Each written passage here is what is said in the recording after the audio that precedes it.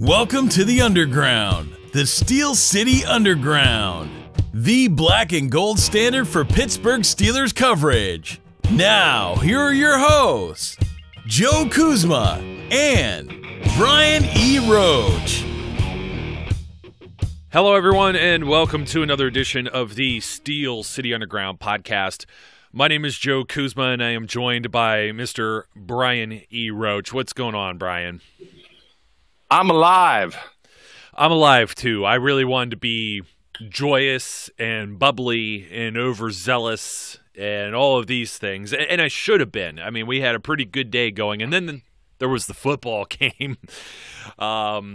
Big shout out again. Thank you to the folks with the Pepsi tailgate tour. That was pretty awesome.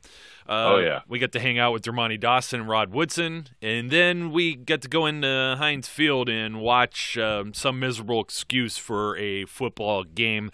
Laying it on a little thicker than usual. I'm going to start this whole show off by saying at least one thing here. I don't think the sky is falling yet.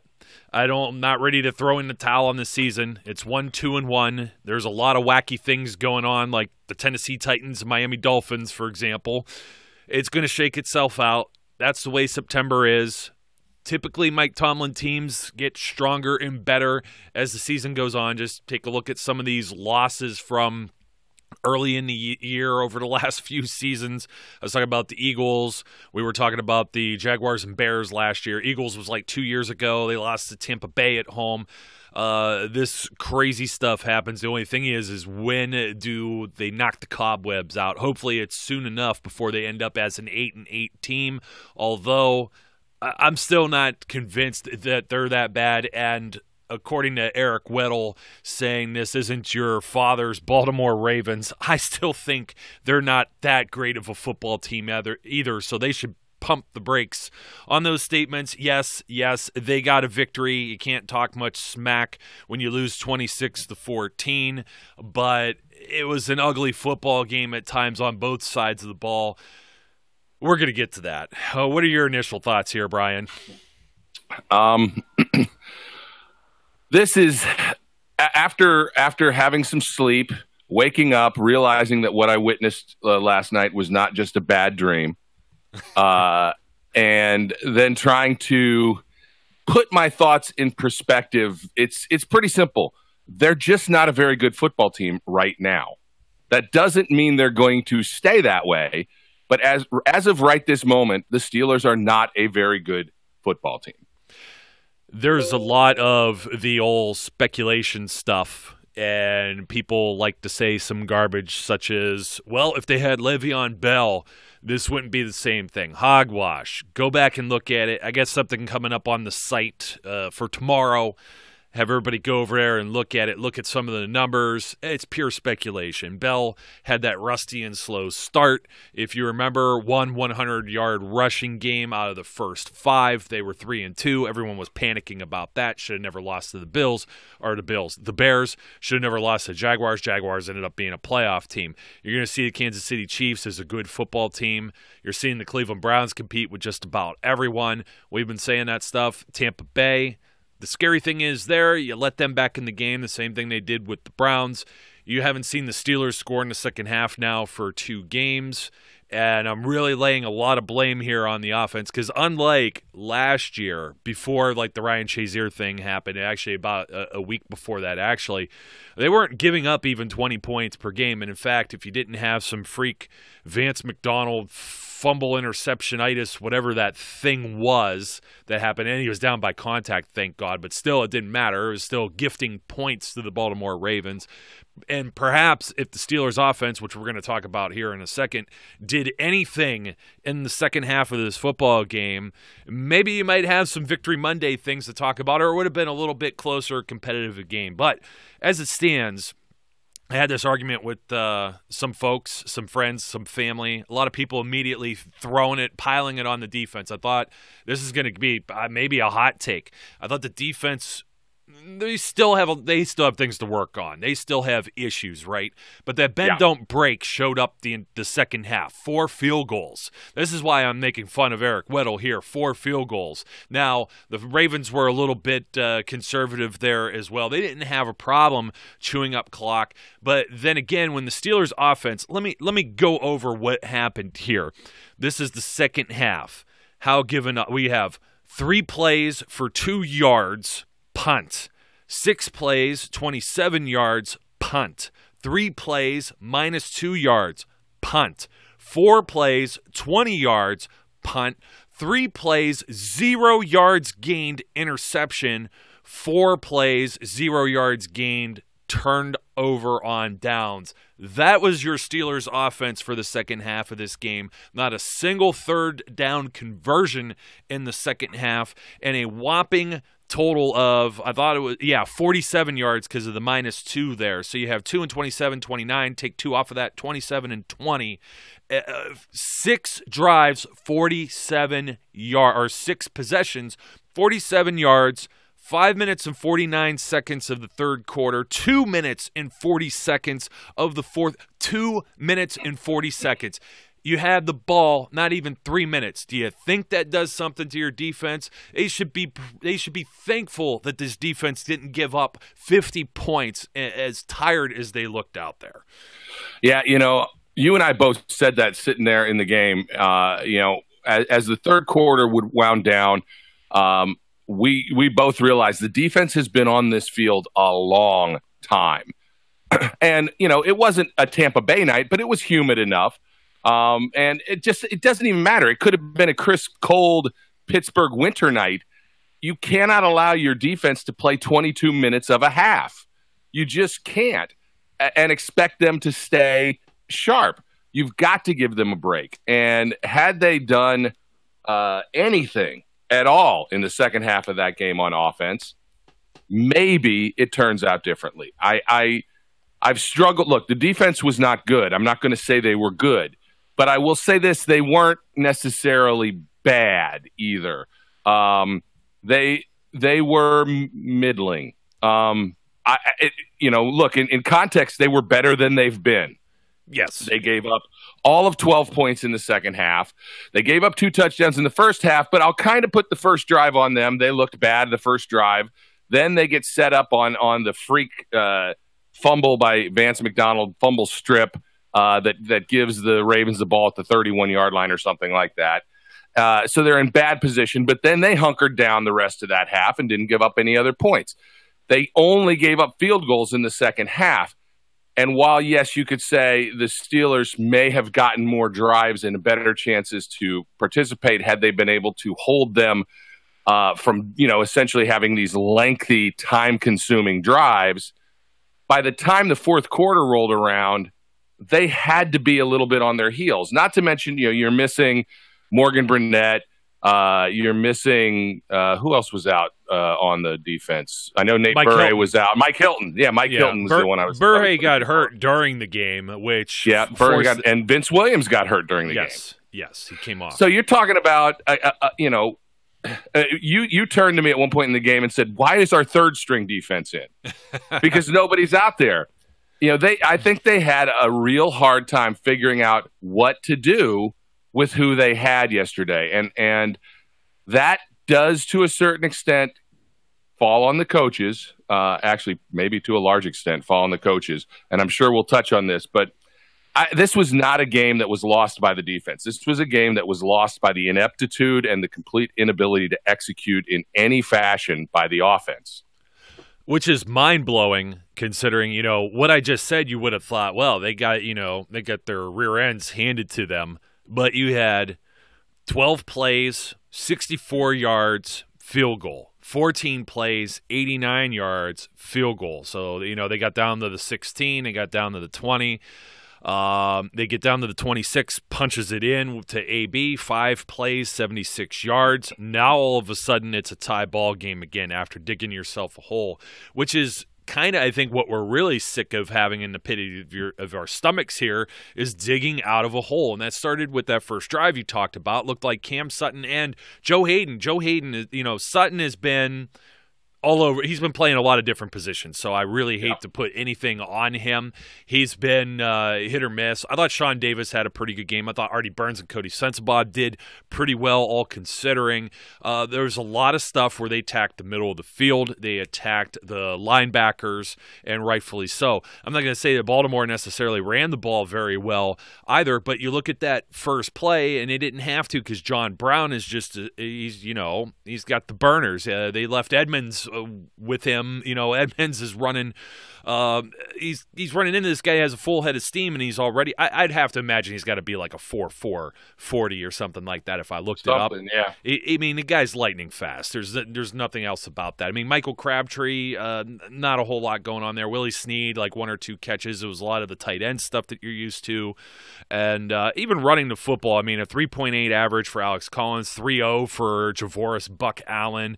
The thing that really drove me crazy, but aside from that, you got Joe Hayden, the best player probably on the field, and looked like there was miscommunication. We saw 10 players on the field, and then we saw 12 players on the field, all on that same first drive. It was like, get your rear end or head out of your rear ends, guys. What are you doing? We're at home. It's Sunday night. Come on, you need to beat this team. This is an AFC game. This is a division game.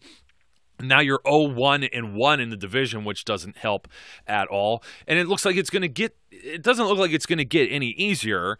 I'd like to say there's some positives maybe out of this game. It's hard to take it when you give Joe Flacco a 109.5 QB rating and completes 66.7% of his passes for 363 yards. I'm like, it could be worse because you look at some of the guys in there. Of course, you had Tyson Alualu and Javon Hargrave playing up front instead of Cam Hayward and Stephon Tuitt because they were running out of fuel. You had to throw as many guys. And then, of course, L.J. Fort comes in for Vince Williams. We mentioned Burhay, who was already in there because they didn't have Morgan Burnett. You had Sutton in there because they didn't have Mike Hilton. Then you lose Burhay. I mean, it was just it's tough when you can't get all these guys together and on the same page. And I really felt that the offense could have helped here.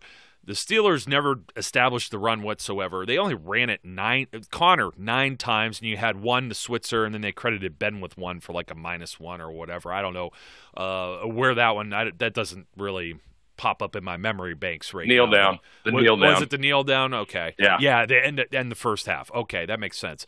But, I mean, Ryan Switzer really runs 1 carry for 1 yard. I mean, it did not try to establish any type of dominance or presence up front that opens up that type of stuff, like a play-action.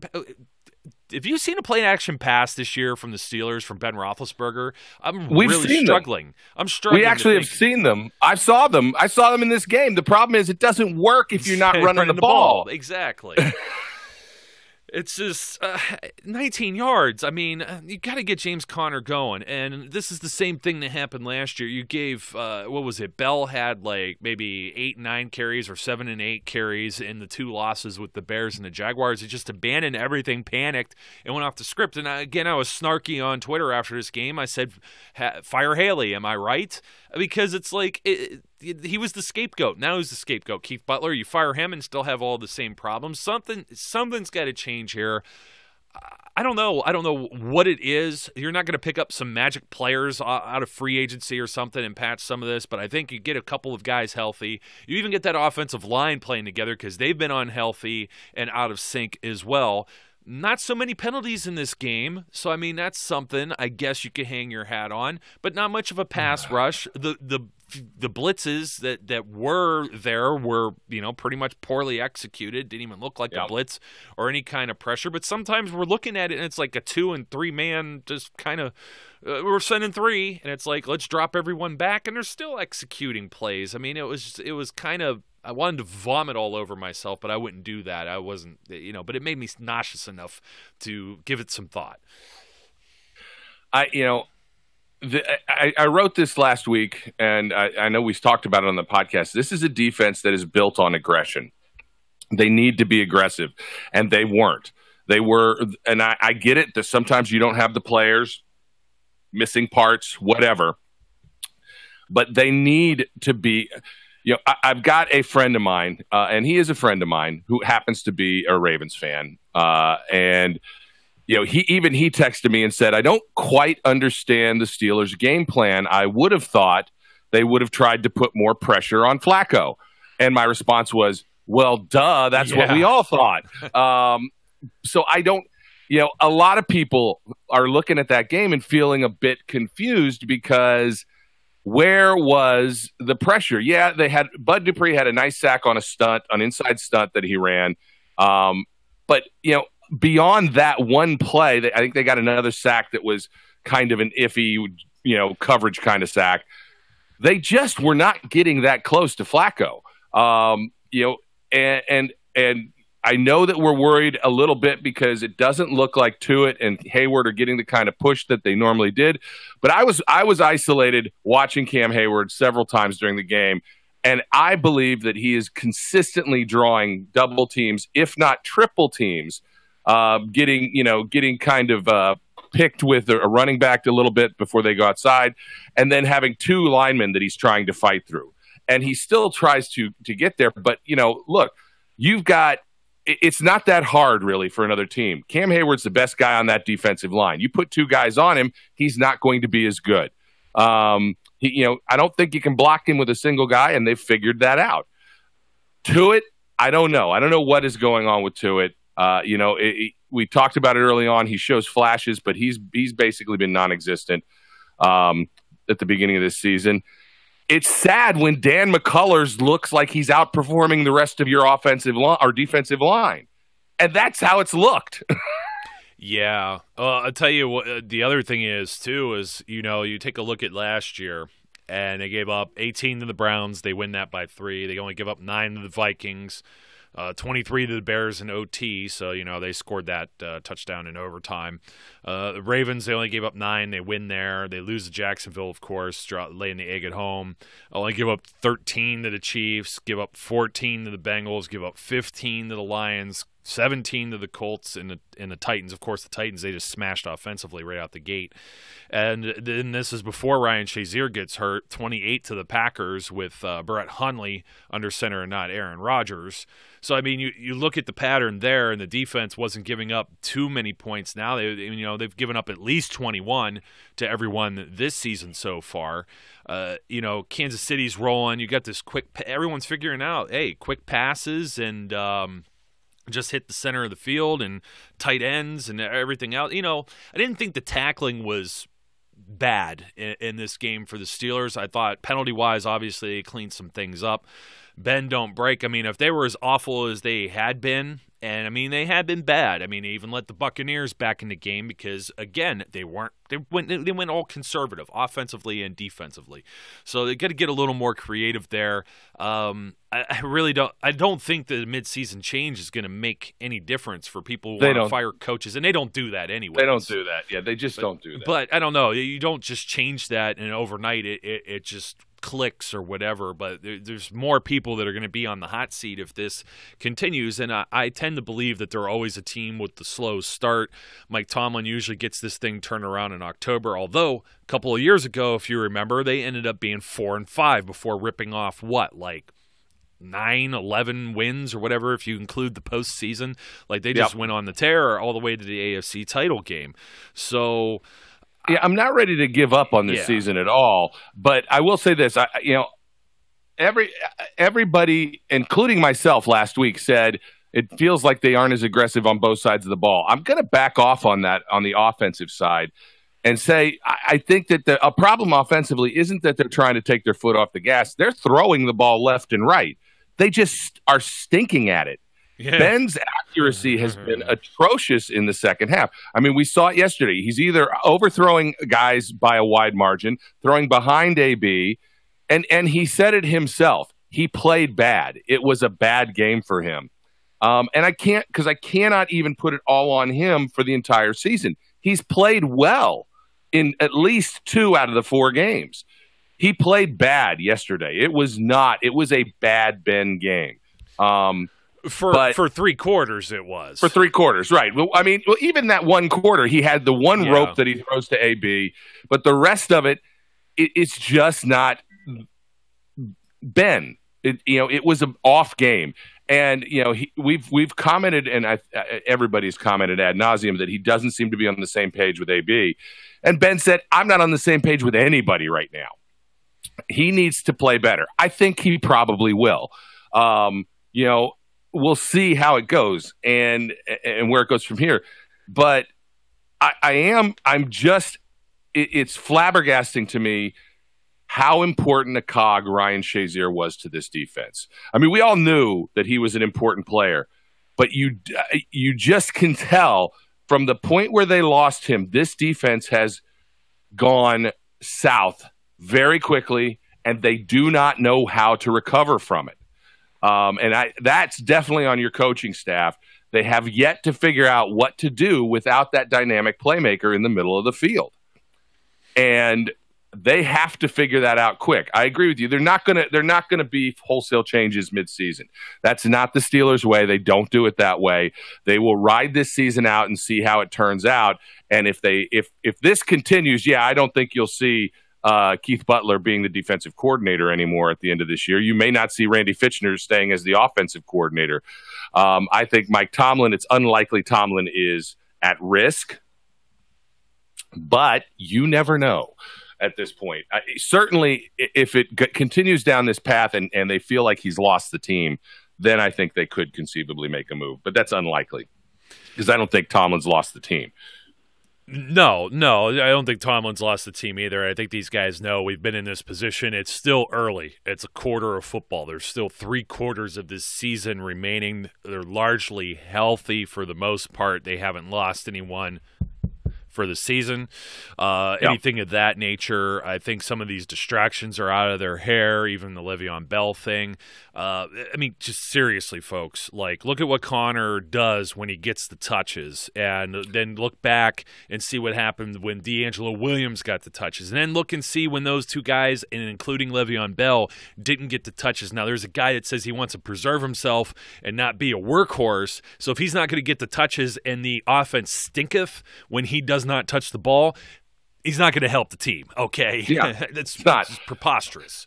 I think we can lay let's get Le'Veon in and it'll fix all our woes to rest. That's not going to happen because, he's not going to be fully committed or invested in this team, for the rest of the year, no matter when he comes in.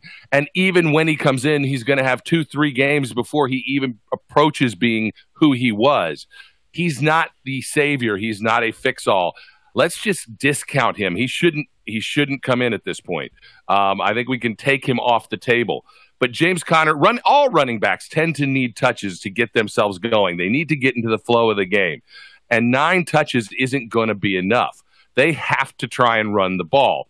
And I wonder if that's more Ben or if that's more Randy, because whoever's calling these plays is essentially deciding we're a pass offense and we're not running anymore. Oh my goodness, it was like 5-1 passing to running. It's just unbelievable. I mean, you look at, was it 63 offensive snaps? I'm trying to think what it was. Like I said, you had 10 legitimate carries, and 11th that was Ben's kneel down, and then 47 pass attempts. It's insane. It's just absolutely insane. And then you look, Ben, 72.5 QB rating, and he was under 60% completion, which is rare for him, 57.4. And, he's targeting guys. Now, there's a few bright spots. I thought Vance McDonald, aside from, the freak fumble thing, that could literally happen to anyone. I thought Vance McDonald had a very strong game and really starts to open up the Steelers' offense when utilized. Ben and AB and Ben and Juju not on the same page at this one. At times, yes, and other times, no. Ben was overthrowing, underthrowing, throwing behind, throwing anywhere but where these guys can go and make a play. James Washington, quiet. Jesse James, 1 catch. You know what I mean? Connor, 3 of them. How about Ryan Switzer? Targeted 7 times and caught all 7 of them, only 32 yards, but it tends to be a factor in this offense. He played about a third of the snaps last night. You didn't have Juju and AB really leave the field hardly at all, just a few plays here or there. You're absolutely right. This is starting to scare me. It's looking like that Bruce Arians offense where there's 4 wide and empty sets and no one in the backfield and shotgun and not doing anything. And then you had to rely on Troy Polamalu to get a pick 6 or something like that, or the defense to come up with a big play and maybe just squeeze it into field goal range for Jeff Reed. that is not the 2018 Steelers, at least not yet, unless, you have somebody where the lights really turn on for a few guys and we see something that's a different pattern than the beginning of this season. I don't see it really happening, but I said, like, Ben sometimes could be an untouchable. You got people already saying, oh, he's not going to play past this year. I'm like, I think that's a little crazy, a little silly of a take there. I don't, this is like, way too early. Yeah, previous years, he was already – this was retirement talk, and maybe I don't have it anymore. And we're not even into Week 5. That was Week 5 of last year. So just pump the brakes, calm down a little bit. It does not look like it gets easier. But, this is one of those things where, what was it, iron sharpens iron type Mike Tomlin quote. You got the Atlanta Falcons coming in. These are 2 games right before the bye where you could rebound quickly and end up 3-2-1, and maybe you're not in as bad of a position, and then get to regroup before having 2 more AFC North games right after it with the Browns and the Ravens again. You got the Atlanta Falcons, who are putting up loads of yards and points. In fact, who isn't putting up points? I was looking at some of the schedule yesterday, Brian. My God. I mean, the Rams and Minnesota both. How many teams went over 30 points this week? Vikings 31, Rams 38, Bengals 37, Atlanta 36, and those are the next 2 opponents, by the way. The Bears 48 points. Let me see. Houston and Indianapolis, they went to OT. They were knotted at 34 at regulation, 37-34, something like that, or they were 31 all in one kicked field goal. I forget. That was hard to pay attention. Jacksonville had 31 points. New England had 38 points. Oakland and Cleveland, 45-42. Chargers a point shy. New Orleans had 33. That's over half the league. This is just like everybody's scoring points. The Steelers are going to have to score points. You can't expect the defense. Doesn't look like many defenses are shutting any offenses down. So you got 2 teams coming in. I guess the saving grace, and we're going to talk about this in the preview for the Falcons, is they're relatively banged up and looked pretty bad against the Bengals. However, the Bengals offense is looking pretty strong, but the Bengals are still always the Bengals. But if you could get these 2, knock them out, you get a division win, and you get a conference win, and then you get just a regular overall for your record, and you get to go into the bye maybe with a little bit of momentum. Otherwise, man, it may not be so smooth as sailing for this season. Yeah, the next 4 games are really going to be telling. And, I mean, they get the bye week in week 7. And that's fine, but it's those games that are going to be in weeks 5, 6, 8, and 9. That's going to make up what this team is going to be capable of. I mean, look, we can accept a slow start. They have notoriously been slow starting. If they come up and they lay a giant egg against the 1-3 Falcons, whose defense, as you said, is in dire situations with injuries, we got some worrying to do. If they then get trumped by the Bengals, I think we can look at a really long year. But if they can come back and figure out how to get this thing back on track and win those 2 games, you hate to say must-win games, but they really are kind of in must-win games for a while now until they get this ship righted. If they can win those next 2 games, they can essentially turn the season back around. It's a much different scenario if you're 3-2-1 after the next 2 games than if you're obviously 1-4-1 after the next 2 games. Yeah, don't forget the Ravens have to face this same schedule too. And I mean, they lost a game to the Bengals already where they didn't look too sharp. Thursday Night Football, of course. They beat up on the Bills, and I still think the Steelers, it's execution. I thought the play calls were okay. You had guys that were open, and just Ben wasn't finding them. It all starts at the quarterback position, and we've been harping on this program since we've started it. I mean, and even when you have a guy like Ben, I mean, when you go cold, what else are you going to do? And I mean, like we said, and I don't want to labor on this too much, but the defense, bend, don't break. I mean, they did about as well as you could expect them to do given the circumstances. Gifted the Ravens short yardage on the 1. They allowed that 1 big long drive. Yeah, they couldn't get off on 3rd downs in some cases, and then even at the end of the game pushing the pile Buck Allen there, and it's just like, well, you could tell these guys have got nothing left because they've been on the field the entire second half, and that doesn't bode well for anyone. I mean, you're still throwing in guys like Anthony Chickillo, trying to rotate him in. for mainly Bud Dupree. TJ doesn't come off the field too much. You have 3 guys who played the entire game as per usual, the 2 safeties, Sean Davis and Terrell Edmonds. Joe Hayden out there the entire game. You had to throw Sensabaugh in as the dime backer because you ran out of safeties for whatever reason. Jordan Dangerfield, I guess, doesn't factor into all of that, but playing on special teams. You even had special teams. We're talking about a few bright spots. Michael Thomas, he is fast. That guy's getting. Yep. I don't know. I don't know what it's got to take. I mean, if there's growing pains and you're getting beat across the middle, anyways, I say get this guy on the field. What else you got to lose? Right now, you got a lot to lose. But if they end up dropping both of these games, I mean, then I think you start getting into the experimental mode where, they finally got Cam Hayward out there after the Ziggy Hood type deal and things of that Michael nature. Michael Thomas starts to play with the defense. Yeah, exactly. Yeah.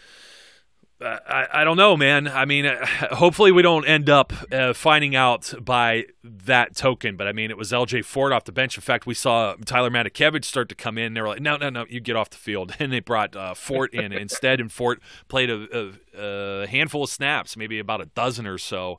That's scary. I mean, that's kind of the product of what you're seeing out there. You don't have all of your big guns, and you need to reload. And the Ryan Shazier thing, it's hard to replace players like that. It's not like you replaced Troy Polamalu or, it's not like Shazier was in the Polamalu type thing, but you had when you had that Steelers defense, and another thing you got to remember is that this isn't the same 3-4. This isn't the Casey Hampton eating up everything up front, because the other team is usually throwing pass-catching tight ends at you now.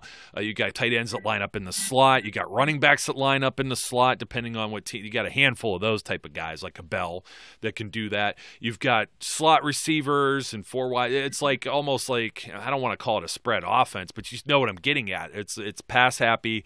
The rules definitely bend in the favor of offensive teams, unless you're James Conner and you throw a nice block and get called for a crackback block or a peel back block anyway. Just, Tony Carene, this was the Jesse James caught it referee. And it felt ugly early on, and I'm not going to blame it on officiating because the Steelers beat themselves obviously in this game. But those couple things at the beginning don't help, and it matters at all either. No, the refs had an impact on this game. Don't get me wrong. And yes, the refs stink. They all stink. The refs stink. I will continue to say it until they stop stinking, which appears to be impossible. But, and the inconsistencies of that crackback block call, which was not a crackback block. The guy's going across the field, not back towards the other side of the field. It's nonsense. And then Juju gets planted and there's no call. Plus both Dupree and TJ are being held consistently throughout the game. We didn't see those calls being made. The refs are terrible. But refs did not lose this game. The Steelers lost this game. It was a game that was within their grasp. It was a game they probably should have won. For the the Ravens fans who are cheering about domination and thinking that they are all that, sorry guys, you're not. You didn't win this game as much as the Steelers lost this game. And, if Ben plays a better game, the Steelers probably win this game. And that's going to be the truth, I think, throughout the rest of this season. If Ben Roethlisberger plays at his upper level, they're going to win more games than they're going to lose. If he plays like he did last night, they're going to lose more games than they're going to win. That's fair enough to me. I mean, just like I said, the few bright spots. I mean, Vance McDonald, I'm going to start calling him Mac Truck Donald. Yeah. And just barreling on through. Ryan Switzer being used is interesting. It's a different wrinkle. I mean, I don't know if it's necessarily effective. I like Switzer, but I got to tell you, I'm done with the Brian Switzer in the backfield, which everybody knows is going to be a run. I'm done with it. I don't mind him in the slot, but if all he's going to do is catch 4-yard passes every time, okay, you got to break away from one of those tackles occasionally. Maybe that's why you were traded. Yeah, I don't dislike Switzer. I love him as a kick returner. Love him as a punt returner. I think he's solid there. Whatever the infatuation with him is in the offense, I'm sort of done with it. Yeah, well, I mentioned Bruce Arians, so I mean, there's some similarities there. By the way, that illegal crackback, That was off of a pass to AB for 17 yards. It got enforced at the 21, brought it back 15 yards. So they essentially came right back from 2nd and 4 and 3rd and 4 from Baltimore's 36 to 3rd and 4 again. They did convert 1st and 10 from the 27 after that. But otherwise, they would have been down to the 21. They get down to the 20. It stalls. And then they end up having to kick a field goal. So it did have some ramifications there. And that's still 14-6 game now after the field goal kick. That's my up. My up on this game is that Chris Boswell was solid. Yes. Made his 2 field goal attempts, made his 1 point after try. Didn't look like he was even struggling with doing so. If I'm going to take a positive out of this game is that Boswell looks like he is on track again, which is great and fantastic, and they're going to need him. It's not enough.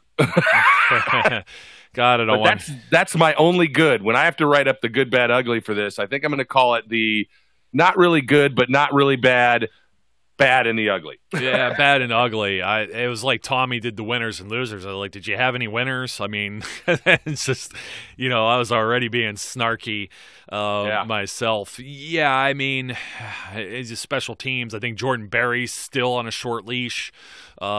Switzer taking that ball out, that kind of bugged me myself. Just come on, guys, kneel on it. You're not all world here, and they don't have all the time in the world. Just take it to 25 and call it a day. Ben throwing the pick was the icing of the cake at the end. He threw it into like triple coverage with no one even there.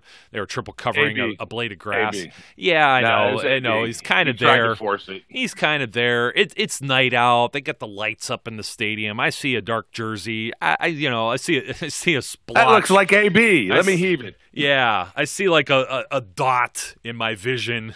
It's got to be a Steelers jersey. Let's throw it that direction. I mean, he said it wasn't a good day at the office. I don't know how you get cold at half. Almost like these guys were content. Okay, it's 0-0 again, and then just, the Ravens were content with that. And the Steelers got the ball to start the second half. They deferred. It's one of the things I finally like to see. So, there's going to be more of this. We're going to discuss more with the Falcons, what they can do against the Falcons. I already got an idea in my head after watching the Falcons blow that game against the Bengals. If there's a secondary that's any worse right now, and it's via injury, unfortunately, for the Falcons, it's definitely Atlanta's. They're pretty much almost both dead last in defense right now, giving up yards, et cetera, et cetera. And, there's going to be people that are still going to say the defense, again, I'm going to say, defense looked like they have some type of promise. The offense didn't do them any favors in this game. That's my big takeaway. Yeah, I cannot get away from the fact that this game was lost by the offense, and that was something we never thought we were going to worry about this season. And it's looking worrisome because this is, again, the second half in a row where they goose-egged. Yeah, and it's not like you have Ben, you have all of these all-pros on your offensive line. You have Vance McDonald and Jesse James, Antonio Brown and Juju and James Washington and James Conner, and we talk about Switzer. It's like they're loaded. They have all of this talent. You would expect, okay, if they had the kind of talent level or unproven commodities like the defense has, then you may expect something of that nature. But this is not the side of the ball that we expected to be the weakest link so far. That said, I still think they're going to clean this up. Atlanta is the best opportunity for them to do that. Unfortunately, it's not a great opportunity for the defense to do it. And then we're going to see, because Andy Dalton's been kind of playing un-Andy Dalton-like. If he comes back down the earth here, then you know what? They have an opportunity. So I'm not ready to throw the towel in yet. Let's see what we got before the bye. And then during the bye, you never know what kind of adjustments they may attempt to make. So, Brian, we had fun. Absolutely. Regardless of the result, we still had fun. Unfortunately, it wasn't as much fun as we would have liked to have had. Looking forward to rejoining you soon to talk about the Falcons game, and Terry will be around sometime this week with the WTF. She has something that looks like one of these scrolls that just rolls out, and it's like the toilet paper roll if my cats get a hold of it. There is just so much stuff going on in the NFL. Don't feel like the Lone Ranger, Tonto. That's what I say to Steelers Nation out there, because you know what? The Falcons are 1-3 as well. These are just crazy times right now with football, and I think a lot of teams are trying to find an identity. The Steelers do not have one yet, but I think they're going to pick this up. So yeah, I just need somebody needs to remind them that they're allowed to play the other 3 quarters, not just the second. Yes, and that it's home field, and you should have a home field advantage. You should have the crowd and Renegade, and all of those things are supposed to help you, and it's not. I will give it up to the crowd. The crowd tried really hard to push this team yesterday during that game. I mean, we had a lot of spontaneous here we goes. They were loud on defense. The crowd didn't really die until Ben threw that pick in the 4th quarter, and then everybody went, oh, screw it. Yeah, that was definitely – there were some people already heading home so they could get to work in the morning, and then that was the nail in the coffin, even for yours truly right here, because who wants to see Terrell Suggs and these guys kind of celebrate like they just won the biggest game of their life on your home turf? Not going to happen here, folks, I'll tell you that. My name's Joe. His name's Brian. Till next time, be safe, be good, and we will catch you later. We would like to thank you for listening and remind our listeners to follow us on social media and our website, www.steelcityunderground.com.